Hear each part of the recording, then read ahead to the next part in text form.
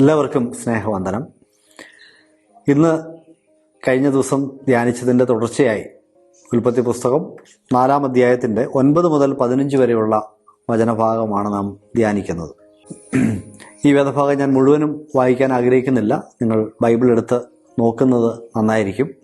തൻ്റെ സഹോദരനെ കൊന്ന കയീനെ ദൈവം നേരിടുന്ന ഒരു സംഭവമാണ് ഈ വാക്യങ്ങളിൽ നമ്മൾ കാണുന്നത്. ആദ്യത്തെ കൊലപാതകം കഴിഞ്ഞ് മിടുക്കനായി ഇരിക്കുന്ന കയീൻ്റെ അടുക്കിലേക്ക് ദൈവം വന്നിട്ട് ചോദിക്കുന്ന ചോദ്യം ഇതാണ്: നിന്റെ സഹോദരൻ എവിടെയാണ്? ദൈവത്തിന് അറിയാൻ വയ്യാത്ത കാര്യമല്ല ഇത്. സഹോദരൻ എവിടെയാണ് എന്ന് അറിയാൻ ദൈവം ചോദിക്കുന്നതല്ല. സംഭവിച്ചതെല്ലാം അറിയാവുന്ന ദൈവം കയീൻ്റെ ദുഷ്ടതയുടെ, അവൻ്റെ ആ പാപപ്രവൃത്തിയുടെ ഗൗരവം എത്രമാത്രമുണ്ട് എന്ന് കയീനെ ബോധ്യപ്പെടുത്തുവാനായിട്ട് ചോദിച്ച ഒരു ചോദ്യമായിട്ട് ഇതിനെ മനസ്സിലാക്കിയാൽ മതി. നിന്റെ സഹോദരൻ എവിടെയാണ്? നിന്റെ സഹോദരനെ നീ എന്ത് ചെയ്തു? ഇതാണ് ദൈവം കയീനോട് ചോദിക്കുന്നത്. 10-ാമത്തെ വാക്യത്തിൽ ആ ഒരു ചോദ്യം നമ്മൾ കാണുന്നുണ്ട്. നീ എന്താ ചെയ്തത്? നീ എന്താ ചെയ്തത് എന്ന ഒരു അറിയാനുള്ള ചോദ്യമല്ല, നീ എന്ത് ചെയ്തു എന്നുള്ള ഒരു ക്വസ്റ്റ്യനിങ് ആണ്, ഒരു കൺഫ്രണ്ടിങ് ആണ് അവിടെ നടക്കുന്നത്. എത്ര കഠിനമായ ഒരു തെറ്റാണ് നീ ചെയ്തത്? അതാണ് ദൈവം കയീനെ ബോധ്യപ്പെടുത്തുവാനായിട്ട് ആഗ്രഹിക്കുന്നത്. എന്നിട്ട് പറയുകയാണ്, നിന്റെ സഹോദരൻ്റെ രക്തം ഭൂമിയിൽ നിന്ന് നിലവിളിക്കുന്നു. ഇത്രയും വലിയ ഒരു തെറ്റാണ് കയീൻ ചെയ്തത്. എന്നിട്ടും കയീനെ സംബന്ധിച്ച് അതിൻ്റെതായ ഒരു ഗൗരവബോധമോ ഒരു കുറ്റബോധമോ ഉള്ളതായിട്ട് നമ്മൾ ആദ്യമേ കാണുന്നില്ല. നിന്റെ സഹോദരൻ എവിടെ എന്ന് ചോദിച്ചപ്പോൾ കയീൻ അതിന് മറുപടി പറയുന്നത് ഒരു മറുതലിപ്പായിട്ടാണ്, ഒരു തർക്കുത്തരമായിട്ടാണ്. തിരിച്ചൊരു ചോദ്യം ദൈവത്തോട് ചോദിക്കുകയാണ്: എൻ്റെ സഹോദരൻ്റെ കാവൽക്കാരനാണോ ഞാൻ? വാസ്തവത്തിൽ ആ ചോദ്യത്തിൻ്റെ ഉത്തരം അവിടെ തന്നെ ഉണ്ട്. എൻ്റെ സഹോദരൻ്റെ കാവൽക്കാരനാണോ ഞാൻ എന്ന് ചോദിച്ചാൽ അതിൻ്റെ ഉത്തരം അതെ എന്നാണ്. ദൈവം അതാണ് നമ്മളിൽ നിന്ന് പ്രതീക്ഷിക്കുന്നത്. സഹജീവികളുടെ കാവൽക്കാരായി, സഹജീവികളുടെ ജീവനെ, അവരുടെ ജീവിതത്തിലുള്ള സാഹചര്യങ്ങളെ, നന്മകളെ സംരക്ഷിക്കുന്നവരായിട്ട് ജീവിക്കണം എന്നാണ് ദൈവം നമ്മൾ ഓരോരുത്തരെക്കുറിച്ചും ആഗ്രഹിക്കുന്നത്. പ്രിയമുള്ളവരെ, കയീനെ പോലെ തൻ്റെ സഹോദരൻ്റെ ജീവിതത്തിൽ നഷ്ടം വരുത്തുന്ന, അവൻ്റെ ജീവൻ തന്നെ അപഹരിക്കുന്ന രീതിയിൽ പ്രവർത്തിക്കുവാനല്ല ദൈവം നമ്മളെക്കുറിച്ച് ഉദ്ദേശിക്കുന്നത്. നമുക്കൊരു ജീവിതം ഈ ഭൂമിയിൽ ദൈവം തന്നത് എന്ന് നമ്മൾ മനസ്സിലാക്കണം. ഇന്ന് നാം നമ്മുടെ ചുറ്റുപാട് നോക്കുമ്പോൾ ലോകത്തിലെ ഏത് രാജ്യത്താണെങ്കിലും ഏത് ജനവിഭാഗത്തിൻ്റെ ഇടയിലാണെങ്കിലും നമ്മൾ കാണുന്നത് എന്തൊക്കെയാണ്? സഹജീവികളെ കൊല്ലുന്ന മനുഷ്യർ, അങ്ങോട്ടും ഇങ്ങോട്ടും കലാപങ്ങൾ നടത്തുന്ന മനുഷ്യർ. അത് മണിപ്പൂരിലായാലും ഉക്രൈനിലായാലും പാലസ്തീനിലായാലും കേരളത്തിലായാലും എല്ലാം ഈ കൊലപാതകങ്ങളെ കൊണ്ട് നിറഞ്ഞിരിക്കുന്ന അവസ്ഥ നമുക്ക് കാണാം. കുടുംബങ്ങളിൽ നടക്കുന്ന കൊലപാതകങ്ങൾ, പരസ്പരം സംരക്ഷകരാകേണ്ട മനുഷ്യർ തന്നെ ജീവനെടുക്കുന്ന കാഴ്ചകൾ, ഇനി കൊച്ചുകുട്ടികളെ പോലും വളരെ ക്രൂരമായും വളരെ മോശമായും ഉപദ്രവിക്കുന്ന, പീഡിപ്പിക്കുന്ന, കൊല്ലുന്ന വാർത്തകൾ, കാഴ്ചകൾ. എവിടെയാണ് നമ്മൾ സഹോദരൻ്റെ കാവൽക്കാരനായി മാറുന്നത്? നാം ഇടപെടുന്ന സഹജീവികൾ നമ്മുടെ ശത്രുക്കൾ എന്ന നിലയിലല്ല, നാം അവരെ സംരക്ഷിക്കേണ്ടവരാണ്. അത് ജോലിസ്ഥലത്താണെങ്കിലും സ്കൂളിലും കോളേജിലുമാണെങ്കിലും കുടുംബത്തിലാണെങ്കിലും എവിടെയാണെങ്കിലും ഒരാൾ തെറ്റിലേക്ക് പോകുന്നത് കണ്ടാൽ ആ തെറ്റിൽ നിന്ന് പിന്തിരിയുവാൻ അവനെ സഹായിക്കേണ്ടവരാണ് നമ്മൾ. ഒരു വ്യക്തിയുടെ ജീവിതത്തിലോ അവൻ്റെ സ്വത്തിനോ അവൻ്റെ സൽപ്പേരിനോ ഒക്കെ ദോഷം കൂടാതെ അവനെ കാത്തു പരിപാലിക്കേണ്ട ഉത്തരവാദിത്വം ദൈവം എനിക്കും നിങ്ങൾക്കും തന്നിരിക്കുന്നു.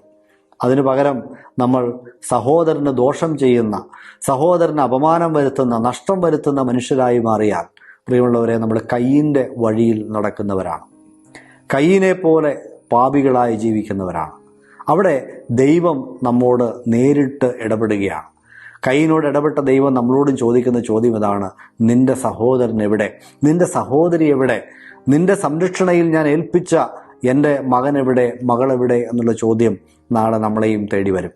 അതുകൊണ്ട് നമുക്ക് സഹജീവികളുടെ ജീവനെടുക്കുന്നവരായിട്ടല്ല, അവരുടെ ജീവന് ദോഷം വരുത്തുന്നവരായിട്ടല്ല, അവരെ സംരക്ഷിക്കുന്നവരായി തീരുവാൻ നമുക്കിടയായി തീരണം. അതിനാണ് നമുക്ക് ശ്രമിക്കേണ്ടത്. കയീൻ്റെ കുറ്റത്തെക്കുറിച്ച് അവനെ ബോധം വരുത്തിയതിനു ശേഷം ദൈവം പിന്നീട് അവന് കൊടുക്കുന്ന ശാപങ്ങളാണ് അടുത്ത വചനങ്ങളിൽ നമ്മൾ കാണുന്നത്. ദൈവം അവൻ്റെ തൊഴിൽ മേഖലയെ ശപിക്കുന്നു. അവൻ കൃഷിക്കാരനാണ്. അവൻ കൃഷി ചെയ്യുമ്പോൾ ഭൂമി അതിൻ്റെ പൂർണ്ണമായ ഫലം തരാതെ ഇരിക്കും. ഫലം തരികയില്ല എന്ന് ദൈവം പറയുന്നുണ്ട്. അവൻ ഭൂമിയിൽ അലഞ്ഞ് ഉഴലുന്നവനാകും എന്ന് പറയുന്നുണ്ട്. അങ്ങനെ ധാരാളം ശാപങ്ങൾ ഈ പാപത്തിൻ്റെ പരിണിത ഫലമായി ഏറ്റുവാങ്ങുന്ന കയീനെയാണ് നമ്മളവിടെ കാണുന്നത്. ദൈവത്തിൻ്റെ ന്യായവിധിയിൽ നിന്ന് പാപികളായ മനുഷ്യർക്ക് മറഞ്ഞിരിക്കുവാൻ സാധിക്കുകയില്ല. ആരും കാണാതെ രഹസ്യമായിട്ടാണ് കയീൻ ഹാബേലിനെ കൊന്നത്. പക്ഷേ അതും ദൈവം കാണുന്നുണ്ടായിരുന്നു. ദൈവം ആ പാപത്തെയും കൈകാര്യം ചെയ്തു. ദൈവം ആ പാപത്തിനെതിരെയും ശിക്ഷ വിധിച്ചു എന്ന് നമുക്ക് കാണാം. നമ്മുടെ ജീവിതത്തിലും ഇതൊരു വലിയ പാഠമായിരിക്കണം പ്രിയമുള്ളവർ. എന്നാൽ ദൈവം നമ്മളെ കൺഫ്രണ്ട് ചെയ്യുന്നത്, പാപം ചെയ്ത മനുഷ്യനെ ദൈവം നേരിടുന്നത് അവനെ ശിക്ഷിക്കാൻ മാത്രമല്ല, അവനെ അനുതാപത്തിലേക്ക് നയിക്കുവാനും അനുതപിച്ചാൽ അവനെ വീണ്ടും അനുഗ്രഹിക്കാനും വേണ്ടിയാണ്. തൊട്ടടുത്ത വാക്യം 13-ാമത്തെ വചനം, കയീൻ്റെ വാക്കുകൾ നമ്മളിങ്ങനെ വായിക്കുന്നു. എൻ്റെ കുറ്റം പൊറുപ്പാൻ കഴിയുന്നതിനേക്കാൾ വലുതാകുന്നു, ഇതാ നീ എന്നെ ആട്ടിക്കളയുന്നു. അപ്പോൾ കയീന് അപ്പോൾ അവൻ്റെ പാപത്തെക്കുറിച്ചുള്ള ബോധം വരികയാണ്. ഞാൻ വലിയ ഒരു തെറ്റാണ് ചെയ്തത്, ക്ഷമ അർഹിക്കാത്ത പാപമാണ് ഞാൻ ചെയ്തത് എന്ന ഒരു മനസ്താപത്തിലേക്ക് കയീൻ വരികയാണ്. അവൻ ചെയ്തത് വലിയ ദുഷ്ടത്തരമാണ്. എന്നാൽ ആ ദുഷ്ടത്തരത്തെ ഓർത്ത് വേദനിക്കുന്ന, മനസ്താപപ്പെടുന്ന ഒരു ഹൃദയമുണ്ടെങ്കിൽ അതും മനോഹരമായ ഒരു അനുഭവമാണ്. അങ്ങനെ മനസ്താപപ്പെടുന്ന, അനുതപിക്കുന്ന, മാനസാന്തരപ്പെടുന്ന ഒരു മനുഷ്യനെ ദൈവം സ്നേഹിക്കുകയും അവൻ്റെ പാപങ്ങളെ ക്ഷമിക്കുകയും ചെയ്യുന്നു. ആ കാഴ്ചയാണ് നമ്മൾ തുടർന്ന് കാണുന്നത്. കയീൻ തൻ്റെ പാപങ്ങളെക്കുറിച്ചും പാപത്തിൻ്റെ പരിണിത ഫലങ്ങളെക്കുറിച്ചൊക്കെ ബോധമുള്ളവനായി തീർന്നിട്ട് ദൈവത്തോട് പറയുകയാണ്, ഈ വലിയ തെറ്റ് ഞാൻ ചെയ്തു, ഇനി മനുഷ്യരെന്നെ കാണുമ്പോൾ എന്നെ കൊല്ലും, അത്ര മോശം, അത്ര വലിയ തെറ്റാണ് ഞാൻ ചെയ്തത്. അവിടെ അനുതപിച്ച കയീന് സംരക്ഷണം നൽകുന്ന ദൈവത്തിൻ്റെ സ്നേഹം നമുക്കവിടെ കാണാം. ജീവിതത്തിൽ പാപങ്ങൾ സംഭവിച്ച് വീണുപോയ മനുഷ്യനെ പൂർണ്ണമായി തള്ളിക്കളയുന്ന ഒരു ദൈവമല്ല. ആ പാപം എത്ര ഗൗരവമുള്ളതായിക്കൊള്ളട്ടെ, അനുതപിക്കുന്ന ഒരു ഹൃദയം നമുക്കുണ്ടെങ്കിൽ, പാപക്ഷമ തേടുന്ന ഒരു ഹൃദയം നമുക്കുണ്ടെങ്കിൽ, ആ ദൈവം ക്ഷമിക്കാൻ മനസ്സുള്ളവനാണ്, നമ്മളെ വീണ്ടും അനുഗ്രഹിക്കുവാനായിട്ട് മനസ്സുള്ളവനാണ്, രണ്ടാമത് ഒരവസരം കൂടി തരുവാൻ മനസ്സുള്ളവനാണ് സ്വർഗത്തിലെ ദൈവം. ഇതിൻ്റെ അവസാന വാക്കുകളിലേക്ക് വരുമ്പോൾ കയീനെ ദൈവം സംരക്ഷിക്കുന്നത് നമുക്ക് കാണാം. യഹോവ അവനോട് അതുകൊണ്ട് ആരെങ്കിലും കയീനെ കൊന്നാൽ അവന് 7 ഇരട്ടി പകരം കിട്ടും എന്നരുളി ചെയ്തു. കയീനെ കാണുന്നവർ ആരും കൊല്ലാതിരിക്കേണ്ടതിന് യഹോവ അവന് ഒരു അടയാളം വെച്ചു. ഒരു മനുഷ്യൻ തെറ്റ് ചെയ്തു എന്നതുകൊണ്ട് ആ മനുഷ്യനെ ഞാൻ ശിക്ഷിക്കണം എന്നുമില്ല. നമുക്ക് അങ്ങനെ ഒരു പ്രവണതയുണ്ട്. തെറ്റ് ചെയ്യുന്ന മനുഷ്യരെ നമ്മൾ തന്നെ കൈകാര്യം ചെയ്യാനായിട്ടുള്ളൊരു പ്രവണത നമുക്കുണ്ട്. അതിന് നമ്മുടെ രാജ്യത്ത് നിയമ സംവിധാനങ്ങളും കോടതിയും പോലീസും ഒക്കെ ഉണ്ട്, അവർ ചെയ്യട്ടെ. എന്നാൽ ഈ നിയമ സംവിധാനത്തിൻ്റെ പഴുതുകൾ ഉപയോഗിച്ചും കണ്ണുവെട്ടിച്ചുമൊക്കെ ചില പാപികൾ രക്ഷപ്പെടാറുണ്ട്. അതോർത്ത് നമ്മൾ വേവലാതിപ്പെടേണ്ട ആവശ്യമില്ല. ദൈവത്തിൻ്റെ മുമ്പിൽ അതിനുള്ള ശിക്ഷ അവർക്ക് കിട്ടിക്കോളും. നീതിമാനായ ദൈവം അവരോട് ഇടപെടുക തന്നെ ചെയ്യും. ഇവിടെ ദൈവം കയീന് ഒരു സംരക്ഷണം വയ്ക്കുന്നു. അവനെ കാണുന്നവരെ കൊല്ലാതിരിക്കാൻ ഒരടയാളം വയ്ക്കുകയാണ്.